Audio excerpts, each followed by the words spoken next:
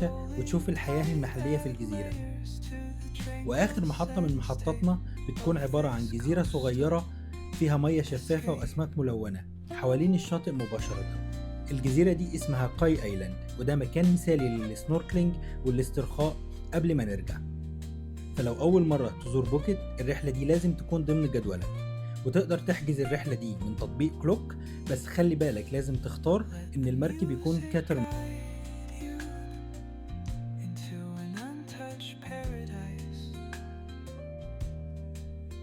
where stress dissolves like footprints.